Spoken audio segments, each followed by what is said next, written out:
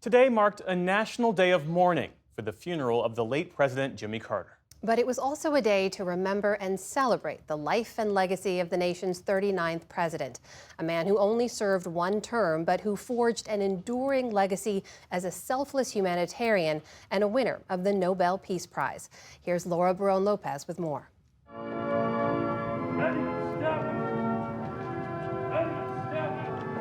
President Jimmy Carter's final journey home. With the morning sun beaming down on the east front of the U.S. Capitol, the late president's casket made its way to Washington's National Cathedral for the high honors and solemn ceremony of his state funeral.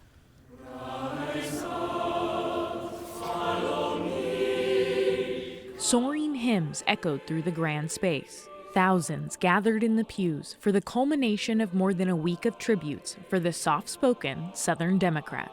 Speakers celebrated Carter's deep faith, honored his military service as a naval lieutenant, and saluted his devotion to service more than politics. His grandson, Joshua. My grandfather spent the entire time I've known him helping those in need. He built houses for people that needed homes. He eliminated diseases in forgotten places. He waged peace anywhere in the world, wherever he saw a chance. He loved people. Another of his grandsons, Jason, remembered the life of a humble and decent man. In my 49 years, I never perceived a difference between his public face and his private one. He was the same person no matter who he was with or where he was. And for me, that's the definition of integrity.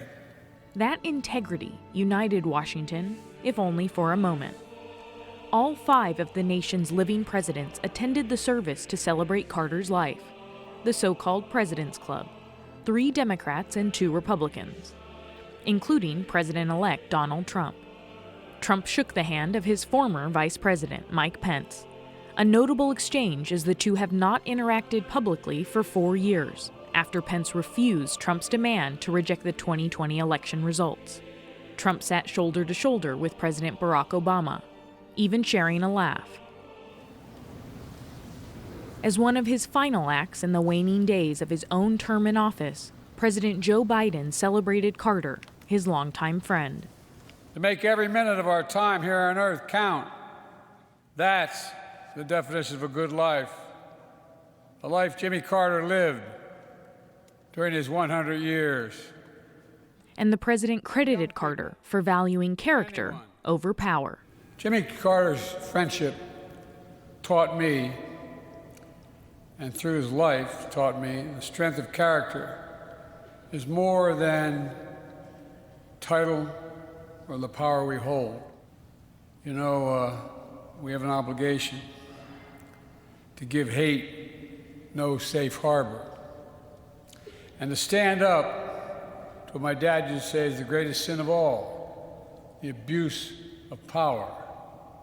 Alongside Biden, Carter was the only other one-term Democratic president in the last 50 years. Former top White House aide Stuart Eizenstat spoke of redemption for his friend.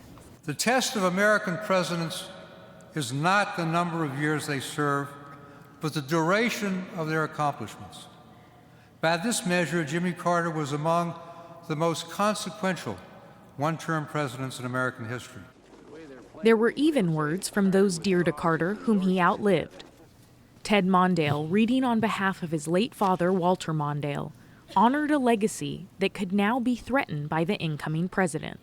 In many ways, he laid the foundation for future presidents to come to grips with climate change. Some thought he was crazy to fight so hard to pass these laws, but he was dead right. There was also bipartisan praise that often eluded Carter when he occupied the Oval Office, including a eulogy from Carter's predecessor, Republican President Gerald Ford, delivered by his son. By fate of a brief season, Jimmy Carter and I were rivals. But for the many wonderful years that followed, friendship bonded us as no 2 presidents since John Adams and Thomas Jefferson. As for myself, Jimmy, I'm looking forward to our reunion. We have much to catch up on. Thank you, Mr. President. Welcome home, old friend. After the service, Carter's casket journeyed back to Georgia, where the family held a private funeral at Maranatha Baptist Church, where Carter taught Sunday school for decades. His birthplace of Plains, Georgia, now also his final resting place. For the PBS NewsHour, I'm Laura Barone Lopez.